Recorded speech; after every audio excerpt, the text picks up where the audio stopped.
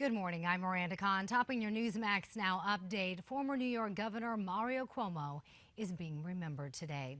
The three-term governor passed away last night. He had been sick for several months.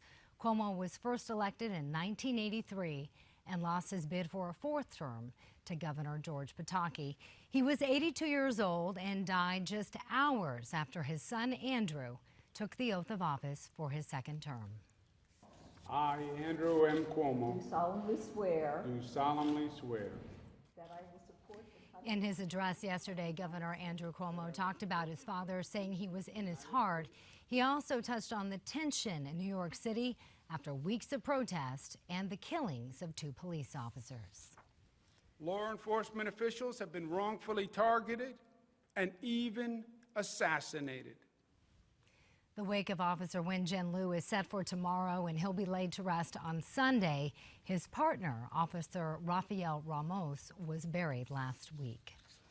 New York City Mayor Bill de Blasio has been accused of anti-police sentiment, and now he's being criticized for reappointing a judge in Brooklyn.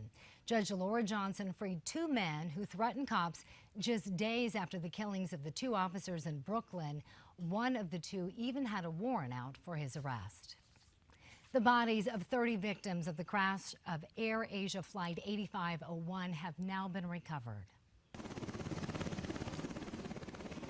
Indonesian officials say some of those found in the Java Sea were still belted into their seats. Bad weather in the area is slowing the search for more debris, though a piece of fuselage has now been recovered.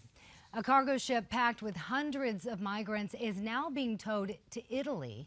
A Coast Guard vessel in the sea dropped some crew members onto the ship. The crew of smugglers had apparently abandoned the migrants, most of them from Syria.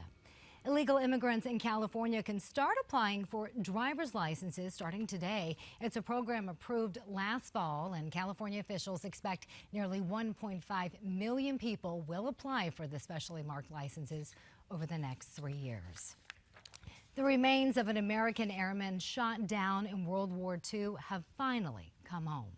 Major Peyton Mathis died in 1944 when his plane crashed.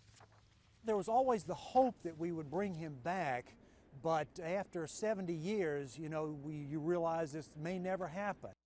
The wreckage was found last year, and Major Peyton's remains were recovered and identified. He'll be buried tomorrow in Montgomery, Alabama, with full military honors. That was your very latest Newsmax Now update. We'll have more coming your way in 30 minutes.